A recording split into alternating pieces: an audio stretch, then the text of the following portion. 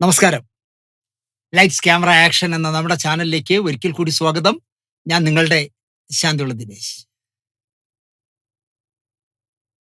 അശോക് ആർനാഥ് എന്ന് പറഞ്ഞൊരു സംവിധായകൻ മലയാള സിനിമയിലുണ്ടെന്ന് നല്ല സിനിമകളെല്ലാം കാണുന്നവർക്ക് മനസ്സിലാവും. കാരണം അദ്ദേഹം ഒരിക്കലും കച്ചവട സിനിമയുടെ പിന്നാലെ പോയ ആളല്ല. നല്ല സിനിമകളുടെ പക്ഷത്താണ്. കാരണം ജയരാജിന്റെ കൂടെ അസിസ്റ്റന്റ് ഡയറക്ടറായിട്ട് തുടങ്ങിയ ആളാണ്. അപ്പൊ പിന്നെ അങ്ങനെ ആയിരിക്കുമല്ലോ. നല്ല സിനിമയുടെ പക്ഷത്ത് നിൽക്കുന്ന ഒരാളാണ്.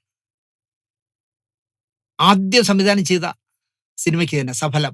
ബാലചന്ദ്ര മേനോനും സുമിത്രയും നായകനും നായികയുമായ ആ ചിത്രം തന്നെ കന്നി സംവിധായകനുള്ള നവാഗത പ്രതിഭയ്ക്കുള്ള ദേശീയ അവാർഡ് വാങ്ങിയ ആളാണ്. രാഷ്ട്രപതിയുടെ കയ്യിൽ നിന്ന് ദേശീയ അവാർഡ് വാങ്ങിയ ആളാണ് അശോക് അർനാഥ്. ചിത്രശലഭം, മില്ലേനിയം സ്റ്റാർസ്, ശാന്തം, ദ ഗാർഡ്, സ്നേഹം, കളിയാട്ടം, താലോലം മുതലായ സിനിമകളിൽ അദ്ദേഹം വർക്ക് ചെയ്തു അസിസ്റ്റന്റ് ഡയറക്ടറായിട്ട്, അസോസിയേറ്റ് ഡയറക്ടറായിട്ട്. അതിൽ ഈ ചിത്രശലഭം എന്ന് പറഞ്ഞ പടം കെ ബി മധുവാണ് ഡയറക്ട് ചെയ്തത്.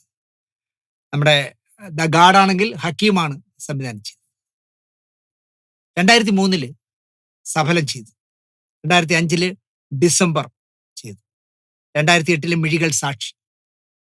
2011 വെൺശംഖു പോലെ സുരേഷ് ഗോപി നായകനായ നല്ല പടമാണ്. 2011 2014 പേർഷ്യക്കാരൻ മുകേഷ് പ്രധാന വേഷം ചെയ്ത മലയാളത്തിലും തമിഴിലും എടുത്ത സിനിമ. 2017 ക്രോസ് റോഡ് എന്ന് പറഞ്ഞ് 10 സംവിധായകർ 10 കഥ ചെയ്തപ്പോൾ അതിലൊരു കഥ അദ്ദേഹമാണ് ചെയ്തത്. ബദർ എന്നായിരുന്നു മമത മോഹൻദാസ് അഭിനയിച്ച ആ സിനിമ. 2017 അത്. 2022 ഹോളിവുഡ് എന്ന് പറഞ്ഞ സിനിമ ചെയ്തു, വിശുദ്ധ മുറിവ്. 2021 റെഡ് റിവർ ചെയ്തു.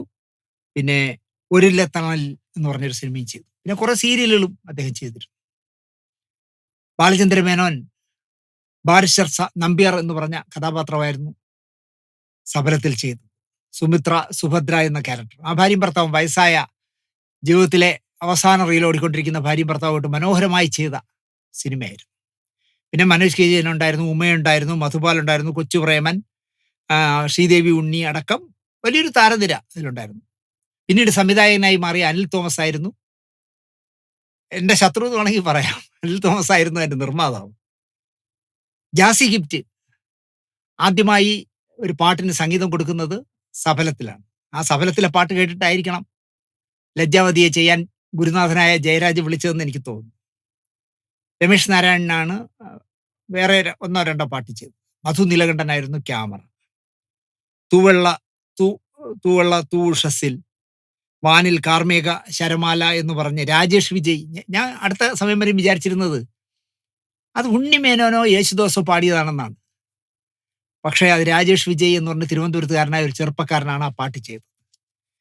ഞാൻ രാജേഷ് വിജയെ കുറിച്ച് അന്വേഷിച്ചപ്പോൾ ഒരുപാട് അവസരങ്ങൾ തമിഴിൽ കിട്ടാൻ സാധ്യതയുണ്ടെന്ന് വിചാരിച്ച് അദ്ദേഹം മദ്രാസിലേക്ക് പോയി.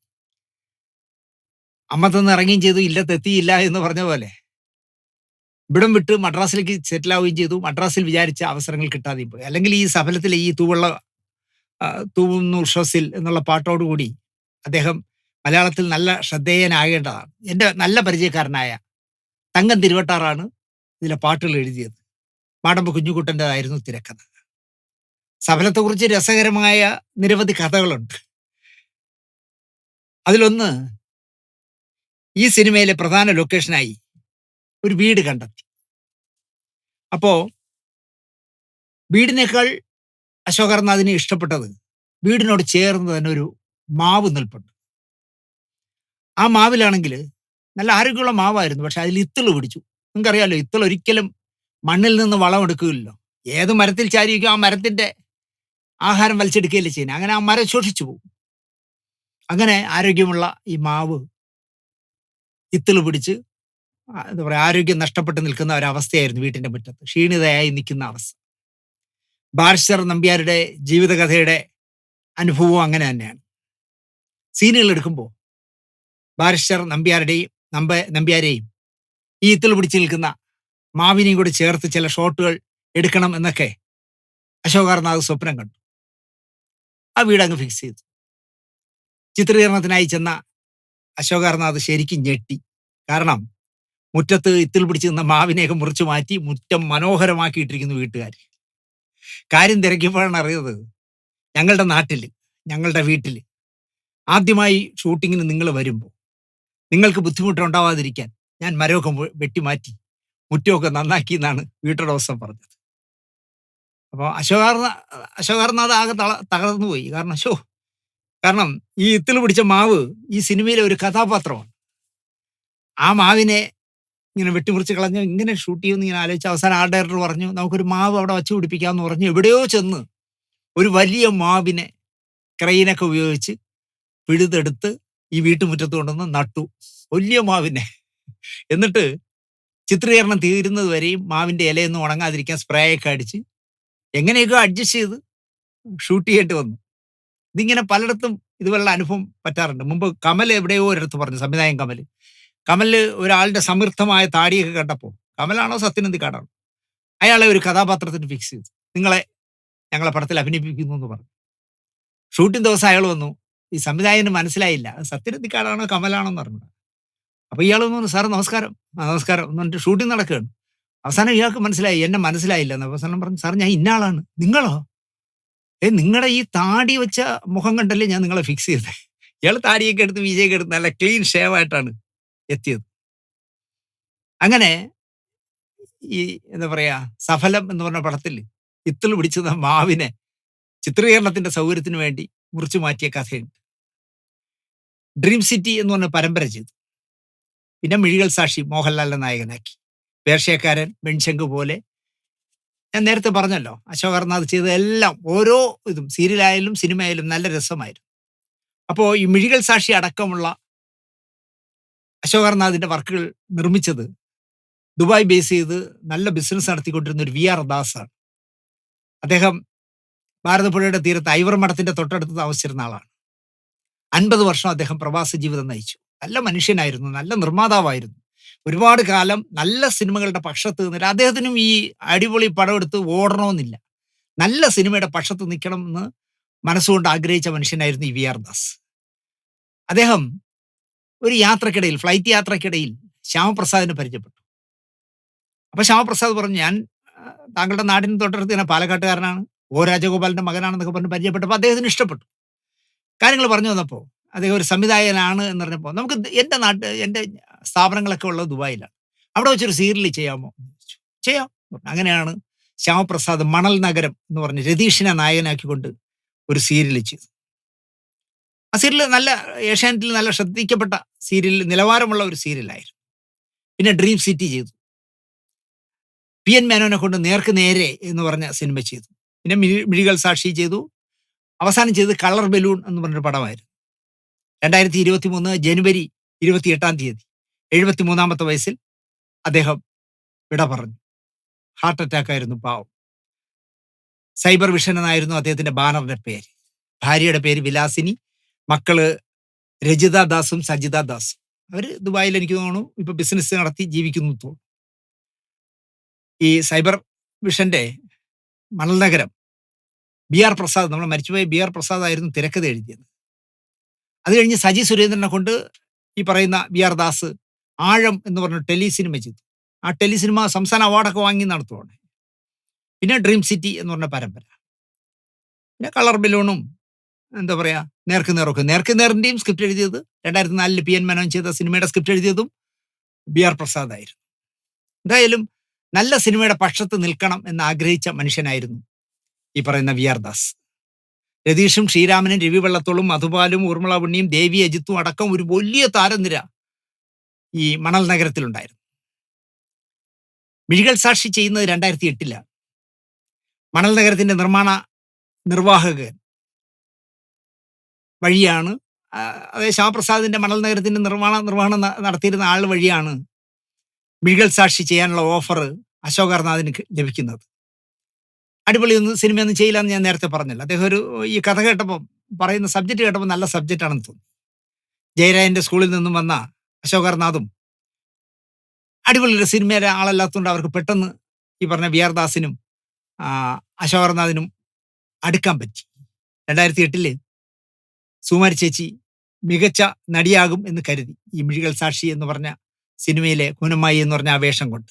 പക്ഷേ TV ചന്ദ്രൻ സംവിധാനം ചെയ്ത വിലാപങ്ങൾക്കപ്പുറത്തെ വേഷത്തിൽ പ്രിയങ്ക അഭിനയിച്ച് അവർക്കായിരുന്നു ആ വർഷത്തെ അവാർഡ് കിട്ടിയത്.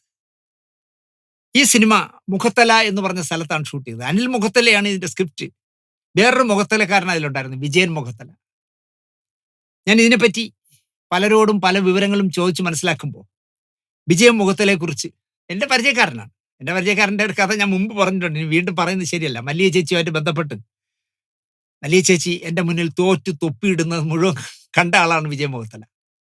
അവസാനം തോറ്റ് ഈ എന്താ പറയാ ആരുടെയും തലയെ വെച്ചു കൊടുക്കണമല്ലോ. അങ്ങനെ വിജയൻ മുഖത്തലോട് പറഞ്ഞു, നീ ആ ശാന്തിയുള്ള ദിനേശിന്റെ നിന്ന് പൈസയും വാങ്ങിച്ചുകൊണ്ട് എന്നെ വഞ്ചിച്ചു എന്നൊക്കെ വിജയൻ മുഖത്തലൊരു തലയെ വെച്ചു കൊടുത്തവർ ആ പരാജയം. വിജയൻ ഭയങ്കര വിഷമിച്ച് എന്നോട് പറഞ്ഞു. വിജയൻ ഒരിക്കലും അങ്ങനെ ആരെയും കൂടെ നിൽക്കുന്നവരെ പറ്റിക്കുന്ന ആളല്ല. അപ്പോ മിഴികൾ സാക്ഷി എന്ന് പറഞ്ഞ പടത്തിന്റെ പ്രൊഡക്ഷൻ മാനേജറായിട്ട് വർക്ക് ചെയ്തത് സീരിയൽ രംഗത്ത് പ്രൊഡക്ഷൻ എക്സിക്യൂട്ടീവ് ആയ വിജയ് മുഖത്തലായിരുന്നു. മോഹൻലാലിന്റെ കഥാപാത്രം സയ്യദ് മുഹമ്മദ് എന്നായിരുന്നു, അഹമ്മദ് എന്നായിരുന്നു മോഹൻലാൽ മിഴികൾ സാക്ഷിയിൽ ചെയ്ത വേഷത്തിന്റെ പേര്. അദ്ദേഹം പ്രസംഗിക്കുന്ന ഒരു സീനുണ്ട് മിഴികൾ സാക്ഷിയിൽ. അപ്പൊ കേൾവിക്കാരായിട്ട് കുറെ ആള് വേണം. ഇപ്പൊ തിരുവനന്തപുരത്തോ കൊച്ചിയിലോ ആണെങ്കിൽ നമുക്ക് ജൂനിയർ ആർട്ടിസ്റ്റുകളെ അറേഞ്ച് ചെയ്യാൻ പറ്റും. എന്റെ ഏജന്റുമാരോട് പറഞ്ഞാൽ ഒരു 600 പുരുഷന്മാരും ഒരു 400 സ്ത്രീകളും വേണമെന്നുണ്ടെങ്കിൽ അവർ കൊണ്ടുവരും 1000 പേരെ. ഈ കൊല്ലത്തിലെ കുഗ്രാമമായ മുഖത്തലയിൽ എവിടെ ആളെ കിട്ടാൻ? 1000 രൂപയും 800 രൂപയൊക്കെ കൊടുത്ത് ഒരു 1000 പേര് വേണമെങ്കിൽ എത്ര ലക്ഷം രൂപയാവും? മുഖത്തല അതങ്ങ് ഏറ്റെടുത്തു, വിജയ് മുഖത്തല. അയാള് എന്താ പറയാ, ഓരോ വീട്ടിലും കയറി, ചേച്ചി മോഹൻലാലിന്റെ കൂടെ അഭിനയിക്കാനുള്ള ഒരു സീനുണ്ട്, നല്ല വേഷത്തിൽ വരണം, ആഹാരമൊക്കെ അവിടെ കിട്ടും, വൈകുന്നേരത്തിന് മുമ്പ് തിരിച്ചു പോകാന്നൊക്കെ പറഞ്ഞ് വിജയ് മുഖത്തല ആ മുഖത്തല ഗ്രാമത്തിലുള്ള 1000-ഓളം പേരെ ആ സീനിലേക്ക് ഫ്രീ ആയിട്ട് വിളിച്ചോണ്ടു. വേറെ വല്ലവനാണെങ്കിൽ ആ പൈസ അടിച്ചു മാറ്റിയേനെ, അവർക്ക് കൊടുക്കണം.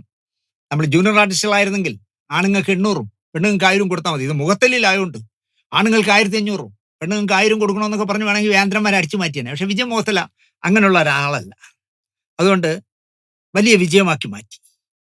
വലിയ വിജയം എന്ന് പറഞ്ഞാൽ അശോക് അർനാഥ് വിചാരിച്ചതിനേക്കാൾ ആളിനെ വിജയ് മുഖത്തല എത്തിച്ചു.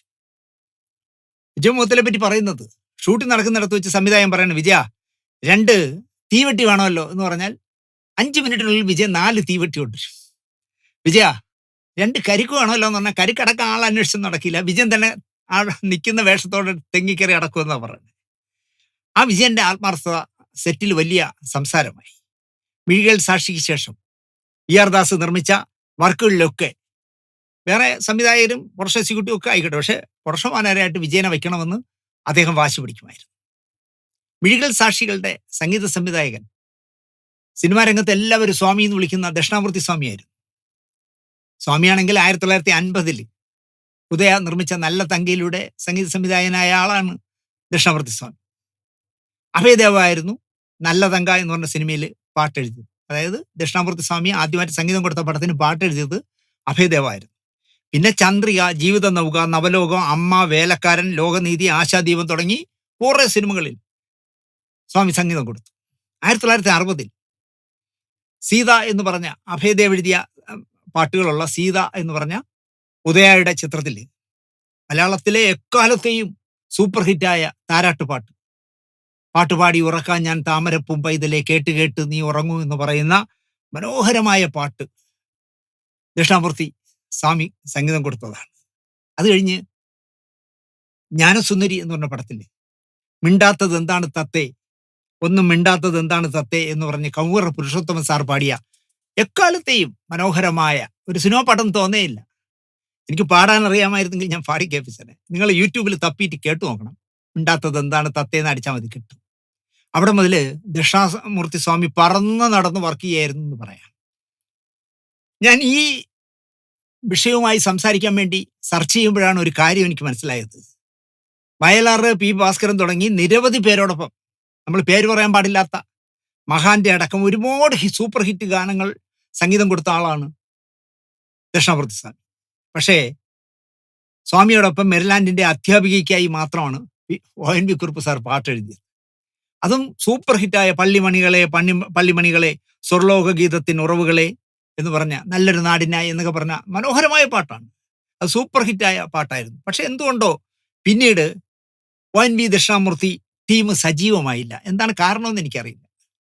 ഞാൻ തുടക്കം മുതൽ സെർച്ച് ചെയ്ത് നോക്കിയത് ദക്ഷിണാമൂർത്തി ആരോടൊപ്പം എല്ലാം സഹകരിച്ചു, ഏതെല്ലാം പാട്ടുകൾ സൂപ്പർ ഹിറ്റാക്കി, കുറുപ്പ് സാർ ആരുടെ എല്ലാം സഹകരിച്ചു, എല്ലാം സൂപ്പർ ഹിറ്റുകളായിരുന്നു. പക്ഷേ Dakshinamoorthy O N V Kurup എന്ന് പറഞ്ഞ് നമുക്ക് എണ്ണാവുന്ന ഒരു 5 പടം പോലും അവർ തമ്മിൽ ചെയ്തിരുന്നില്ല. ദക്ഷിണാമൂർത്തി സ്വാമിയാണെങ്കിൽ യേശുദാസിന്റെ അച്ഛൻ അഗസ്റ്റിൻ ജോസഫിനെയും മകൻ യേശുദാസിനെയും യേശുദാസിന്റെ മകൻ വിജയ് യേശുദാസിനെയും വിജയ് യേശുദാസിന്റെ മകൾ അമേയെയും അടക്കം എന്താ പറയാ സംഗീതം പഠിപ്പിച്ച ആളാണ്. മിഴികൾ സാക്ഷികളുടെ പാട്ടുകൾ O N V Kurup sir എഴുതട്ടെ എന്നും ദക്ഷിണാമൂർത്തിയുടെ സംഗീതമാകട്ടെ എന്നും നിശ്ചയിച്ചു. 3 പാട്ടുകളാണ് ആ സിനിമയ്ക്ക് ആവശ്യമുള്ളത്. പടം തീരുന്നതിന് മുമ്പായിട്ട് ഒരു പാട്ട് കൂടി, ഒരു കൃഷ്ണനാട്ടും കൂടി കൂട്ടിച്ചേർത്തു. ഒ എൻ വിയുടെ സഹോദരിയുടെ മകള് മായ എന്ന് പറഞ്ഞ എനിക്ക് വളരെ എൻ്റെ ഒരു അനിയത്തിയെ പോലെ ഞാൻ സ്നേഹിക്കുന്ന മായയാണ് മിഴികൾ സാക്ഷി അടക്കം നിരവധി സിനിമകൾക്കും സീരിയലുകൾക്കും സ്ക്രിപ്റ്റ് എഴുതിയിട്ടുള്ള അനിൽ മുഖത്തല വിവാഹം കഴിച്ചിരിക്കുന്നത്. കോളേജിൽ വെച്ച് എന്തോ പ്രേമിച്ച് കിട്ടിയതാണ്. സ്വന്തം മക്കൾ കഴിഞ്ഞാൽ കുറുപ്പ് സാറിന് അനന്തരന്മാരിൽ ഏറ്റവും എന്താ പറയുക സ്നേഹമുള്ളത് മായയോടാണ്. മായയ്ക്ക് വേണ്ടി അദ്ദേഹം പലതും ചെയ്തു. ഇപ്പോ ഒ എൻ വിയുടെ ജന്മഗൃഹമായ കൊല്ലം ചവറയിലെ നമ്പ്യാടിക്കൽ തറവാട്ടിലെ കവിയുടെ സ്മാരകത്തിന്റെ കസ്റ്റോഡിയൻ അത് അനിലിന്റെ പേരിൽ എഴുതി വെച്ചിട്ട് അനിലിന്റെ മായയുടെ പേരിൽ എഴുതി വെച്ചിട്ടാണ് അദ്ദേഹം മരിച്ചത്. വർഷം തോറും കൃത്യതയോടെ അനിൽ മുഖത്തല അവിടെ അനുസ്മരണ സമ്മേളനമൊക്കെ നടത്തുന്നുണ്ട്. അദ്ദേഹത്തിന് കിട്ടിയ ജ്ഞാനപീഠത്തിന്റെ പ്രതിമയൊക്കെ ഉണ്ടാക്കി വെച്ചിട്ടുണ്ട്. നല്ല രസമായിട്ട് ആ സ്ഥലം കാത്തു സൂക്ഷിക്കുന്നു ചവറയിൽ. ഒ എൻ വിയെ കണ്ടു, കഥ പറഞ്ഞു. അശോകാർനാഥും സംഘവും 3 പാട്ടുകളുടെ സിറ്റുവേഷൻ പറഞ്ഞു. ദക്ഷിണാമൂർത്തി സ്വാമിയാണ് സംഗീതം എന്ന് പറഞ്ഞപ്പോൾ കുറുപ്പ് സാറിനും സന്തോഷം. വർത്തമാനത്തിനിടയിൽ കുറുപ്പ് സാർ ചോദിച്ചു, പടത്തിന് എന്താ പേര്? അമ്മത്തൊട്ടിൽ. അമ്മത്തൊട്ടിൽ എന്നാണ് പേര്.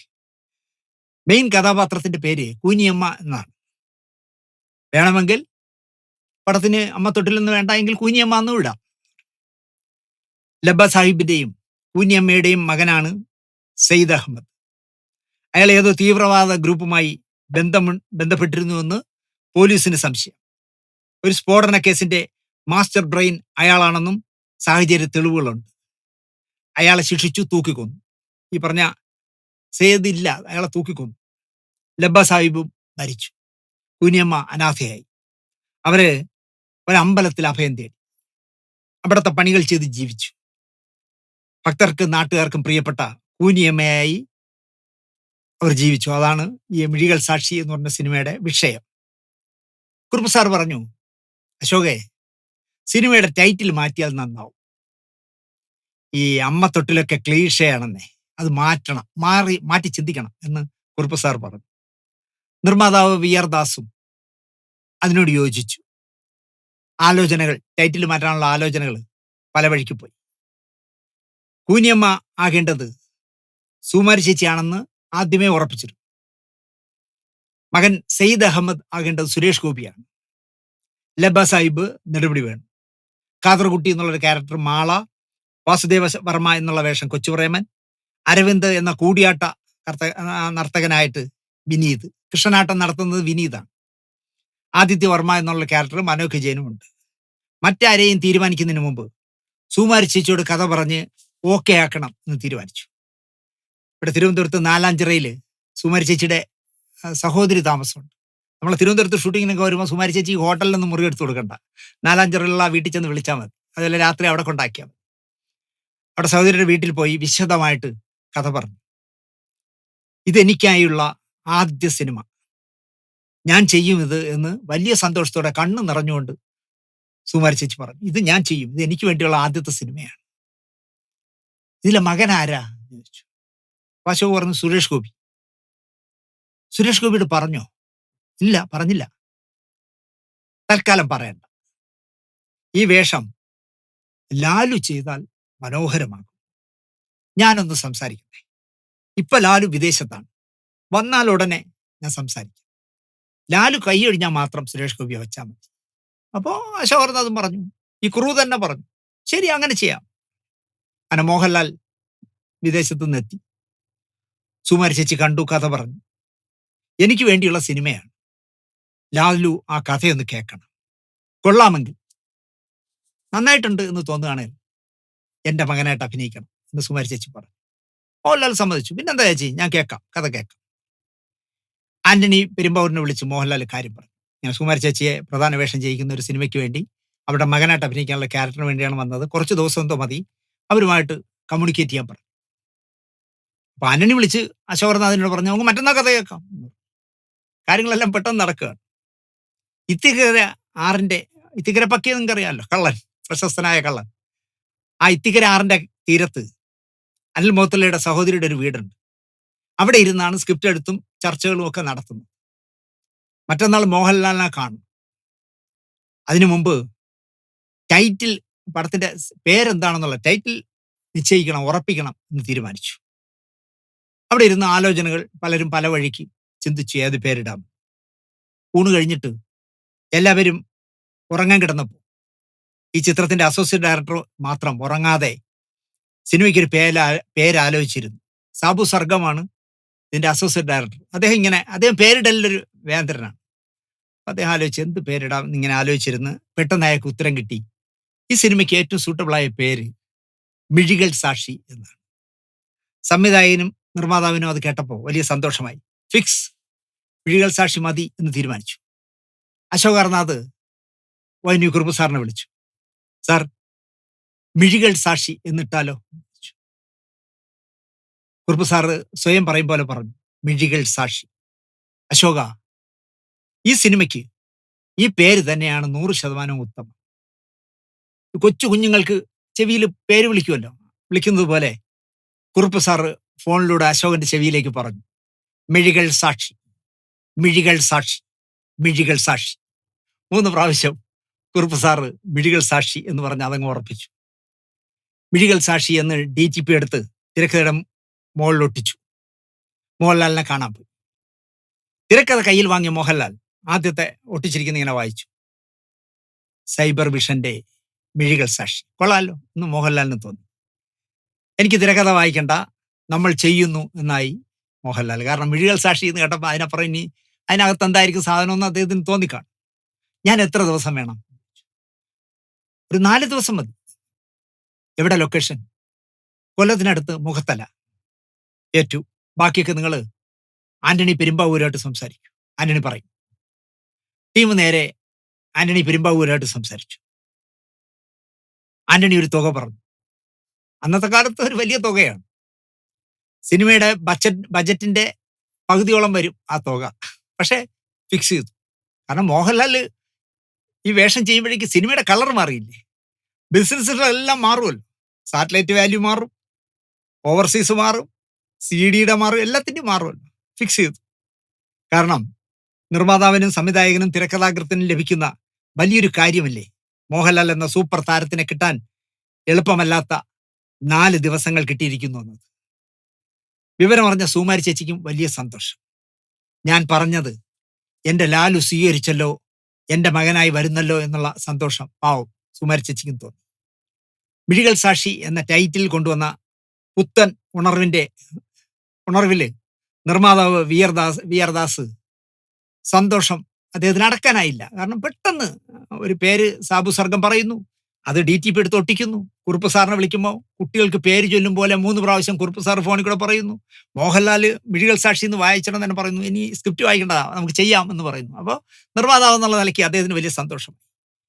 മോഹൻലാലിനെ കണ്ടിറങ്ങിയ ഉടൻ വി.ആർ. ദാസ് 20,000 രൂപയുടെ ഒരു ചെക്ക് എഴുതി സാബു സർഗത്തിന് കൊടുത്തു.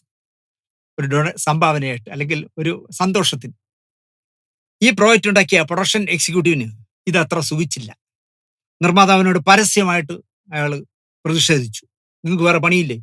100-500 രൂപ കൊടുത്ത് അങ്ങ് പണ്ടാരണ ഒതുക്കണമായിരുന്നു. നിങ്ങൾ എന്തിനാ ഈ 20,000 രൂപ എഴുതി കൊടുത്തതെന്നൊക്കെ പറഞ്ഞു പ്രൊഡക്ഷൻ എക്സിക്യൂട്ടീവ് ആളാവുകയാണ്. ആരോട്? പ്രൊഡ്യൂസറോട്. അദ്ദേഹം അത്രയും മാന്യനും സാധുവുമാണ്. അതൊന്നും വി.ആർ. ദാസിനെ തീരുമാനത്തിൽ നിന്നും മാറ്റിയില്ല. ONVയും മോഹൻലാലും അഭിനന്ദിച്ച ടൈറ്റിലിട്ടതിന് സാബു സർഗത്തിന് നൽകിയത് ഒട്ടും കുറവല്ല ഈ സമ്മാനമെന്നാണ് വി.ആർ. ദാസിന്റെ പക്ഷം. മിഴികൾ സാക്ഷിക്കായി ONV 3 പാട്ടുകൾ എഴുതി. അമ്മേ ദിയേ ഒരു ദേവാലയം, നന്മകൾ പൂവിട്ട് പൂജിക്കും ആലയം ദേവാലയം എന്ന് പറഞ്ഞ യേശുദാസ് പാടിയ മനോഹരമായൊരു പാട്ടുണ്ട്. നമുക്ക് യൂട്യൂബിന്റെ ചില നിബന്ധനകൾ, കടുത്ത നിബന്ധനകൾ ഉള്ളതുകൊണ്ട് ആ പാട്ടോ അല്ലെങ്കിൽ ഇൻസ്ട്രുമെന്റ്സ് ഉപയോഗിച്ചോ നമുക്ക് നിങ്ങളെ കേൾപ്പിക്കാൻ ഒക്കില്ല. എന്നാലും അതിന്റെ ഏതാണ്ട് അടുത്ത് നിൽക്കുന്ന രീതിയിൽ സാബു സർഗം പാടുന്നത് നിങ്ങൾക്ക് ഞാൻ കേൾപ്പിക്കാം. അമ്മേ നീയൊരു ദേവാലയം, നന്മകൾ പൂവിട്ടു പൂജിക്കുമാലയം,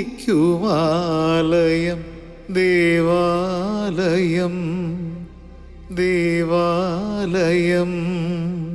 രക്തസാക്ഷിയായി തീർന്നൊരുണ്ണിക്കായൊരു പിടി വറ്റുമായി നീന്നും കാത്തിരിപ്പൂ.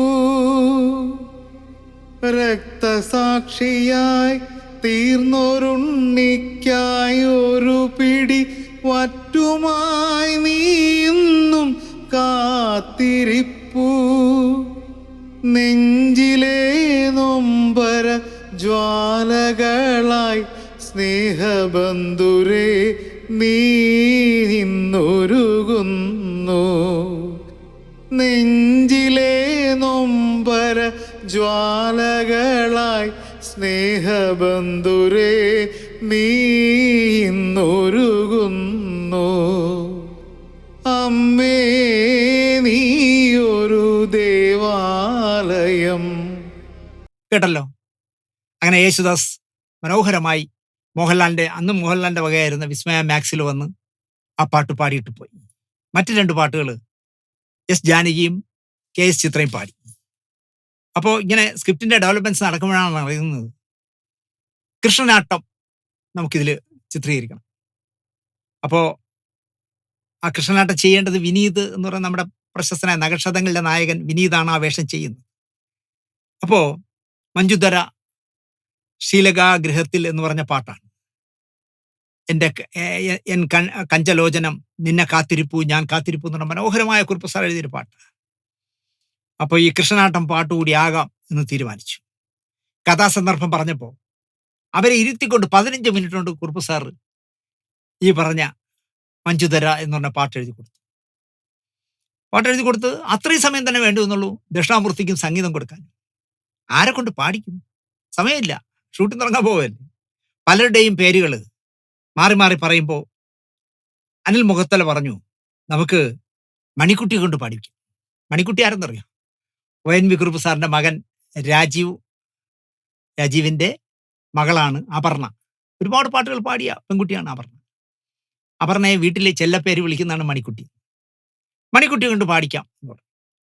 കുറുപ്പ് സാറിന് അത് സന്തോഷമാവും, കാരണം പേരക്കുട്ടി കൊണ്ട് നമ്മൾ പാടിപ്പിക്കുമ്പോൾ ഫിക്സ്. അങ്ങനെ അപർണ രാജീവ് വന്ന് മനോഹരമായി പാടി. എല്ലാവർക്കും ആ പാട്ടും ഇഷ്ടമായി. 2008 ഫിലിം ക്രിറ്റിക്സ് അസോസിയേഷന്റെ മികച്ച ഗായികയ്ക്കുള്ള അവാർഡ് അടക്കം നിരവധി അവാർഡുകൾ ഈ മഞ്ജുധര എന്ന് പറഞ്ഞ ഈ പാട്ട് അപർണയ്ക്ക് നേടിക്കൊടുത്തു. ആപത് ബാന്ധവനാണല്ലോ ശ്രീകൃഷ്ണൻ. അനാഥരെയും അശരണരെയും ഒക്കെ ഒരുമിച്ച് നിർത്തുന്ന ആളാണല്ലോ ശ്രീകൃഷ്ണൻ. മകൻ നഷ്ടപ്പെട്ട അനാഥയായ ഈ നേരത്തെ പറഞ്ഞ പൂനമ്മ എന്ന് പറഞ്ഞ ഈ അമ്മയെ കൃഷ്ണൻ മകനായി വന്ന് അനാഥയായ അമ്മയെ കൂട്ടിച്ചേർക്കുന്നതാണ്, കെട്ടിപ്പിടിച്ച് കൂടെ നിർത്തുന്നതാണ് സീൻ. കൃഷ്ണനാട്ടം കളിക്കുന്നത് വിനീത് ചെയ്ത അരവിന്ദൻ എന്ന് പറഞ്ഞ ക്യാരക്ടറായിരുന്നു. കൃഷ്ണനാട്ടത്തിലെ ഒരു പാട്ടിനെ ബ്ലെൻഡ് ചെയ്തിട്ട് വേണം പാട്ടെഴുതാൻ. കുറുപ്പ് സാറിന്റെ പറഞ്ഞപ്പോൾ അദ്ദേഹത്തിന് ഈസി ആയിരുന്നു. മണിക്കുട്ടിയെ കൊണ്ട് പാടിക്കാമെന്ന് അനിൽ മുത്തല പറഞ്ഞപ്പോൾ അതും ഓക്കെ. മണിക്കുട്ടിയാണ് അപർണ രാജീവ് എന്ന് ഞാൻ പറഞ്ഞല്ലോ. FM വരുന്ന കാലമായിരുന്നു ഈ മീകൾ സാക്ഷിയിലെ പാട്ടുകൾ ഇറങ്ങും. എന്നോ അമ്മേ നീയൊരു ദേവാലയവും ഈ പറയുന്ന മഞ്ജുധര ശ്രീലതിക എന്നുള്ള പാട്ടും FM തുടർച്ചയായിട്ട് എല്ലാ ദിവസവും സംപ്രേഷണം ചെയ്ത അക്കാലത്ത് ശ്രോതാക്കൾക്ക് ഇഷ്ടപ്പെട്ട 2 പാട്ടുകളായിരുന്നു. ഇതിലൊരു കൊച്ചു കഥ കൂടെ പറഞ്ഞത് അവസാനിപ്പിക്കാം. യേശുദാസ് തിരുവനന്തപുരത്തെ വിസ്മയ മാക്സിലായിരുന്നു ഈ പാട്ട് പാടിയത്. കാരണം സ്വാമി അവിടെ വന്നാണ് കമ്പോസിംഗ് ഒക്കെ നടത്തിയത്, കഴക്കൂട്ടത്ത് വിസ്മയ മാക്സിൽ. അന്ന് മോഹൻലാലിന്റെ കയ്യിലാണ് സ്റ്റുഡിയോ. അപ്പോൾ ദക്ഷിണാമൂർത്തി സ്വാമിയും ഭാര്യയും കൂടി അവിടെ വന്ന്, നല്ല ക്വാർട്ടേഴ്സ് ഒക്കെ ഉണ്ട്, അവിടെ വന്ന് താമസിച്ചു. അവിടെ താമസിച്ചാണ് പാട്ടുകൾ കമ്പോസ് ചെയ്തത്. സ്വാമിയുടെ പാട്ടുകൾക്ക് ഒരിക്കലും യേശുദാസ് ട്രാക്ക് പാടിയിട്ട് അത് കേട്ട് പാടാറില്ല, സ്ട്രൈറ്റ് ആയിട്ട് പാടുകയാണ് പതിവ്. ജേസി സാറിന്റെ പടത്തിലും അങ്ങനെയാണ് ചെയ്യാറെന്ന് ഞാൻ മുമ്പ് പറഞ്ഞിട്ടുണ്ട്. മിഴികൾ സാക്ഷിയിലും പാടാനായി യേശുദാസ് എത്തി. ദേശാഭിമാനിയിലെ വലിയ പത്രപ്രവർത്തകനും ഇപ്പം മീഡിയ അക്കാദമിയുടെ ചെയർമാനും ഒക്കെ ആയ സ്വരലയയുടെ സംഘാടകനും ഒക്കെ ആയ RS ബാബു എന്ന് പറയുന്ന പത്രപ്രവർത്തകനുമായിട്ടാണ് യേശുദാസ് പാടാൻ വന്നത്. പാടാനായി കൺസോളിൽ കയറിയ ശേഷം മൈക്കിലൂടെ അദ്ദേഹം ഓർഡർ ഇട്ടു, കൺസോളിലുള്ളവരെല്ലാം പുറത്തിറങ്ങണം. അതായത് ദക്ഷിണാമൂർത്തിയും സൗണ്ട് എഞ്ചിനീയറും മാത്രമേ പാടുള്ളൂ, ബാക്കിയുള്ളവരെല്ലാം പുറത്തിറങ്ങണമെന്ന് പാടാനുള്ള മൈക്കിലൂടെ നമ്മുടെ ഗാനഗന്ധർവം പറഞ്ഞു. കൺസോളിലുള്ളത് പുറത്തുനിന്നും ആരുമല്ല, സംവിധായകൻ, നിർമ്മാതാവ്, തിരക്കഥാകൃത്ത്, സഹസംവിധായകൻ, പ്രൊഡക്ഷൻ എക്സിക്യൂട്ടീവ് എന്നിവരാണ് അവിടെ ഉള്ളത്. പിന്നെ സ്റ്റില്ലെടുക്കാനുള്ള ഫോട്ടോഗ്രാഫർ. ഇവരൊക്കെ ഇവിടെ ഇരിക്കട്ടെ യേശു, നീ പാട് എന്നായി ദക്ഷിണാമൂർത്തി സ്വാമി. ഇപ്പൊ എസ് പി വെങ്കടേഷനെയൊക്കെ പോലുള്ള സംഗീത സംവിധായകനാണെങ്കിൽ യേശുദാസിനെ കാണുമ്പോൾ കവാത്ത് മറക്കുന്ന എസ് പി വെങ്കടേഷനെ ഞാൻ കണ്ടിട്ടുണ്ട്. അതുകൊണ്ട് പറയാം. പറഞ്ഞവിടെ ചെറിയണ്ണ എല്ലാവരെയും പുറത്താക്കണ എന്ന് പറഞ്ഞാൽ എല്ലാവരും പുറത്താക്കും. ദക്ഷിണാമൂർത്തി സ്വാമിയൊക്കെ വിടുവോ? ദേവരാജ മാഷോ ദക്ഷിണാമൂർത്തിയോ ബാബുക്കയൊക്കെ വിടുവോ? കൂളായിട്ട് പറഞ്ഞു, ഇവരൊക്കെ ഇവിടെ ഇരിക്കട്ടെ യേശു, നീ പാട് എന്നായി സ്വാമി. അപ്പൊ യേശുദാസ് ചെയ്ത പണി എന്താണെന്ന് ചോദിച്ചാൽ, ഇവിടെ ഇരിക്കുന്ന കൺസോളിൽ കാണാൻ ഗ്ലാസ്സിൽ കൂടെ യേശുദാസ് പാടാൻ നിൽക്കുന്നത്. അത് കാണാനാണ് ഈ നിർമ്മാതാവും സംവിധായകനൊക്കെ നിന്നേ. അദ്ദേഹം എന്താണെന്ന് വെച്ചാൽ ഈ മൈക്കിനടുത്ത് ഇങ്ങോട്ട് വെച്ചു, ഇങ്ങോട്ട് തിരിച്ചു വെച്ചിട്ട് അങ്ങോട്ട് നിന്ന് പാടി. അപ്പോൾ കൺസോളിൽ നിൽക്കുന്നവർക്കും നിർമ്മാതാവിനും സംവിധായകനും തിരക്കഥാകൃത്തിനും ഒക്കെ അവർക്കെല്ലാവർക്കും ഒപ്പം ദക്ഷിണാമൂർത്തിക്ക് യേശുദാസ് എന്ന് പറഞ്ഞ പിന്നണി ഗായകന്റെ ചന്തി മാത്രമേ കാണാൻ പറ്റൂ. തിരിഞ്ഞു നിന്നു, നമ്മൾ തിരുവനന്തപുരം ഭാഷയിൽ പറഞ്ഞ മൂലം തിരിഞ്ഞു നിന്ന് പാടി. അതാണ് ചില നേരങ്ങളിൽ ഈ മനുഷ്യൻ നമ്മളോട് കാണിക്കുന്ന ക്രൂരത. ലളിത ജീവിതം, സർവേശ്വരൻ എന്നൊക്കെ പറയും, പക്ഷെ കാണിക്കുന്ന പ്രവൃത്തി ഇങ്ങനെയൊക്കെയാണ്. ആരും ഒന്നും പറഞ്ഞില്ല, ദക്ഷിണാമൂർത്തി സ്വാമിയും ഒന്നും പറഞ്ഞില്ല. വിവരക്കേട് കാണിക്കാതെ യേശു, നിന്റെ ചന്തി കാണാനാണോ ഞാനിവിടെ ഇരിക്കുന്നതെന്നൊന്നും സ്വാമി ചോദിച്ചില്ല. പാടിക്കഴിഞ്ഞ് വന്ന് കൺസോളിൽ വന്ന് പാട്ട് കേട്ടു, സ്വാമിയോട് യാത്ര പറഞ്ഞ് അദ്ദേഹം പുറത്തേക്ക് പോയി. അക്കാലത്ത് ഒരു പാട്ട് പാടാൻ ഗാനഗന്ധർവൻ വാങ്ങുന്നത് 50,000 രൂപയാണ്. ഇപ്പൊ തിരുവനന്തപുരത്തായതുകൊണ്ട് കാറിന്റെ പെട്രോൾ, കാറിന്റെ പൈസ ഒന്നും കൊടുക്കണ്ട, 50,000 രൂപ കൊടുത്താൽ. അപ്പോ സ്വാമിയുടെ പാട്ട് പാടിയതുകൊണ്ട് ഒരു 2,000 രൂപ കുറച്ച് സ്വാമിക്ക് കൺസെഷൻ 2,000 രൂപ കുറച്ചിട്ട്. അതൊക്കെ ശരിക്കും പറഞ്ഞ ദക്ഷിണാമൂർത്തി സ്വാമി ആക്ഷേപിക്കുമ്പോഴല്ലേ. ബാക്കി 48,000 രൂപ തരാൻ പറഞ്ഞു പ്രൊഡക്ഷൻ എക്സിക്യൂട്ടീവിനോട്. രാമു മംഗലപ്പള്ളിയാണ് പ്രൊഡക്ഷൻ എക്സിക്യൂട്ടീവ്. ആ രാമു, എനിക്കൊരു 48,000 രൂപ തരും, 2,000 രൂപ സ്വാമിക്ക് ഫ്രീ. പക്ഷേ നല്ല എന്താ പറയാ, നക്കിയല്ലാത്ത ഒരു നിർമ്മാതാവായതുകൊണ്ട് ഈ വീരദാസ് എന്ത് എന്ന് വെച്ചാൽ 50,000 രൂപയും എണ്ണി കൊടുത്തു. 2,000 കുറയ്ക്കണ്ട, അത് ദക്ഷിണാമൂർത്തിയെ ആക്ഷേപിക്കുന്നതിന് തുല്യമല്ലേ, അതുകൊണ്ട് 2,000 കുറച്ചില്ല. കാറിൽ കയറുന്നിടം വരെ നിർമ്മാതാവും എക്സിക്യൂട്ടീവും ഒക്കെ ദാസേട്ടനെ അനുഗമിച്ചു. UAE വരുമ്പോൾ കാണാം വിളിക്കാം എന്നൊക്കെ പറഞ്ഞ് BR ദാസിന്റെ വിസിറ്റിംഗ് കാർഡും വാങ്ങി RS ബാബുവായിട്ട് ദാസേട്ടൻ എയർപോർട്ടിലേക്ക് പോയി. സ്വാമി ചെയ്ത പാട്ടിന്റെ മിക്സിങ്ങും ഒക്കെ ആയിട്ട് വിസ്മയ മാക്സിലിരുന്നു. 2 മണിക്കൂർ കഴിയും, മദ്രാസിൽ നിന്നൊരു കോൾ വരികയാണ് രാമുവിന്. അപ്പോൾ ചാടി എടുക്കുമ്പോൾ യേശുദാസാണ് ലൈനിൽ. അവിടെ എവിടെയെങ്കിലും എനിക്ക് തന്ന 50,000 രൂപ കിട്ടിയോ എന്നായിരുന്നു ഗായകന്റെ ചോദ്യം. എനിക്ക് നിങ്ങളൊരു 50,000 രൂപ തന്നല്ലോ പാടിയതിന്, ആ 50,000 രൂപ അവിടെ എവിടെന്നെങ്കിലും നിങ്ങൾക്ക് ആർക്കെങ്കിലും കിട്ടിയോ എന്നാണ് മദ്രാസിൽ നിന്ന് വിളിച്ച് ചോദിക്കുന്നത്. ഇന്നോവ കാറിലേക്ക് കയറുമ്പോഴാണ് പാടിയ കാശ് ദാസേട്ടനെ ഏൽപ്പിച്ചത്. കാറിലോ എയർപോർട്ടിൽ ഇറങ്ങുമ്പോഴോ എവിടെയോ താഴെ വീണിരിക്കാം. കാർ പരിശോധിച്ചു, ഇല്ല. ഡ്രൈവറോട് തിരക്കി, ഇല്ല. വിസ്മയുടെ മുറ്റത്തൊക്കെ നോക്കി, ഇല്ല. തിയേറ്ററിനകത്തും അകത്ത് കസേരയുടെയും മേശയുടെയും ഒക്കെ അടിയിൽ പരിശോധന തുടർന്നു. അത് കണ്ടപ്പോൾ ദക്ഷിണാമൂർത്തി സ്വാമി ചോദിച്ചു, എന്താ തപ്പുന്നേ എന്ന് ചോദിച്ചു. ദാസേട്ടന് കൊടുത്ത 50,000 രൂപ കാണാനില്ല അത്രേ, ചെന്നൈയിൽ നിന്ന് വിളിച്ചു എന്ന് സാബു സർഗം പറഞ്ഞു. അത് പിന്നെ അങ്ങനെയല്ലേ വരൂ എന്നാണ് അത് കേട്ടപ്പോൾ ദക്ഷിണാമൂർത്തി സ്വാമി പറഞ്ഞ കമന്റ്. അത് പിന്നെ അങ്ങനെയല്ലേ വരൂ, എൻ്റെ വൈക്കത്തപ്പനായിരുന്നു എന്ന് പറഞ്ഞിട്ട്, എൻ്റെ വൈക്കത്തപ്പനായിരുന്നു എന്നല്ല, എൻ്റെ വൈക്കത്തപ്പാ എന്ന് ഒരു വിളി വിളിച്ചു. സ്വാമിയുടെ പ്രതികരണം അതായിരുന്നു. എന്നിട്ട് സ്വയം പറയും പോലെ എൻ്റെ കൃഷ്ണ ഗുരുവായൂരപ്പ എന്ന് വിളിച്ച് അദ്ദേഹം ആ ചാപ്റ്റർ വിട്ടു. അവിടെ തീർന്നു. ദാസേട്ടൻ പാടി 50,000 രൂപ. അപ്പം മിഴികൾ സാക്ഷിയിൽ പാടിയത് ഫ്രീ പോലെ ആയിപ്പോയി. 50,000 രൂപ വാങ്ങിയെങ്കിലും ദാസേട്ടന് അത് ഉതകിയില്ല. എവിടെ പോയി?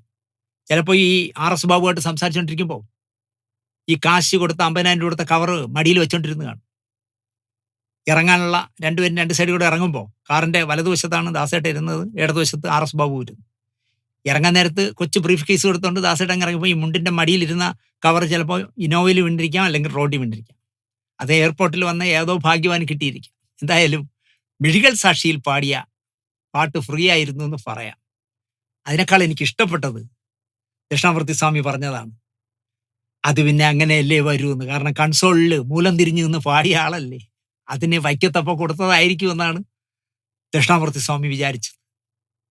പാട്ടെഴുതിയ കുറുപ്പ് സാറും സംഗീതം കൊടുത്ത ദക്ഷിണാമൂർത്തി സ്വാമിയും നമ്മളോടൊപ്പം ഇപ്പം ഇല്ല. എന്നാലും മിഴികൾ സാക്ഷികൾ എന്ന് പറഞ്ഞ സിനിമയെക്കുറിച്ച് രസകരമായി അധികം പേർക്ക് അറിയാൻ പറ്റാത്ത ഇത്രയും കാര്യം നിങ്ങളോട് പറയാൻ കഴിഞ്ഞതിൽ എനിക്ക് വലിയ സന്തോഷമുണ്ട്. നിങ്ങൾക്ക് ഇഷ്ടപ്പെട്ടിരിക്കും എന്ന് ഞാൻ വിശ്വസിക്കുന്നു. എല്ലാവർക്കും നന്ദി, നമസ്കാരം.